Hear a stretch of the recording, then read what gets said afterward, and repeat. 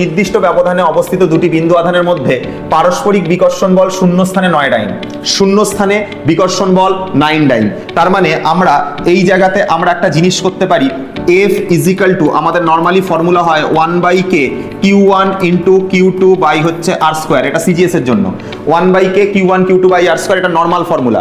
যেহেতু প্রথমবারে বলেছে শূন্য স্থানে বলেছে মানে এই যে কে এর জায়গাতে 1 পুট করতে হবে, তখন ফোর্স কত দাঁড়াবে? ফোর্স দাঁড়াবে 9 ডাইন। তার মানে ফোর্সের যে জায়গাটা এখানে আমরা 9 লিখবো আর কে এর জায়গাতে 1 লিখবো, তাহলে 1/1 হবে into Q1 into Q2 by হচ্ছে R স্কোয়ার।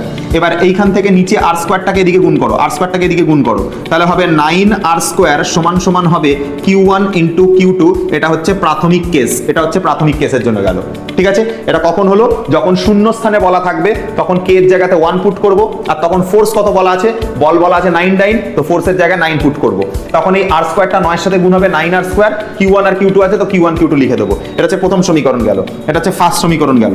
সেকেন্ড কথা আমাদেরকে কি বলেছে? কোনো পরাবৈদ্যুতিক মাধ্যমে যে কোনো একটা অন্য মিডিয়ামে ফোর্স হচ্ছে কত? 4 ডাইন। যে কোনো একটা অন্য মিডিয়ামে ফোর্স কত? 4 ডাইন হচ্ছে ফোর্স। আচ্ছা, ফোর্স যদি 4 ডাইন হয় তাহলে আমরা হিসাবটা এইভাবে করি, তখন আমরা এইভাবে হিসাব করি যে ফোর্স ইজিক্যাল টু, তখন হচ্ছে ফর্মুলা হচ্ছে 1/k Q1 into Q2 by হচ্ছে R স্কোয়ার। তখন অন্য মিডিয়ামে অন্য কোনো পরাবৈদ্যুতিক মিডিয়ামে ফোর্স কত? ফোর্স বলেছে 4 ডাইন, তাহলে ফোর্সের জায়গায় প্রথম কথা আমরা 4 ইউজ করব, 1/k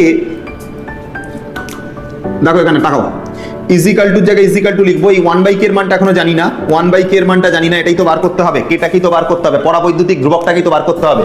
Q1 Q2 র মান অলরেডি বার করা হয়ে গেছে 9R স্কোয়ার। এই যে Q1 Q2 র মান অলরেডি বেরিয়ে গেছে 9R স্কোয়ার, সেটা এখানে বসাও, 9R square by R square কেটে দাও। তাহলে এইখানে থাকা দেখো, এবার দেখো কি সুন্দরভাবে বেরিয়ে যাবে, দেখো নিচে থাকা কেটাকে উপরে পাঠাবো আর উপরে থাকা 4টাকে নিচে নামাবো, তাহলে নিচে থাকা কেটা যেই উপরে চলে যাবে এখানে কে থাকবে, আর এই 4টাকে নিচে নামিয়ে দেবো, তাহলে হয়ে যাবে 9/4, কের মান দাঁড়াবে 9/4। এই কেটাকে উপরে পাঠিয়ে দেবো আর 4টাকে নিচে নামিয়ে দেবো, 9/4 হচ্ছে ভ্যালু, কের মান হচ্ছে 9/4 হচ্ছে ভ্যালু। 9/4 মানে কোনটা value? Option D is the correct answer. ঠিক আছে, তো 9/4 হচ্ছে কারেক্ট অ্যান্সার গেল। পরাবৈদ্যুতিক ধ্রুবকের কথা বললেই জানবে, এই যে পরাবৈদ্যুতিক ধ্রুবকের কথা বললেই তুমি জানবে যে তোমাকে কে এর মান তোমাকে বার করতে দিচ্ছে, যে কে এর মান, সেই কে এর মানটাকে তোমাকে বার করতে দিচ্ছে। ওকে, চলো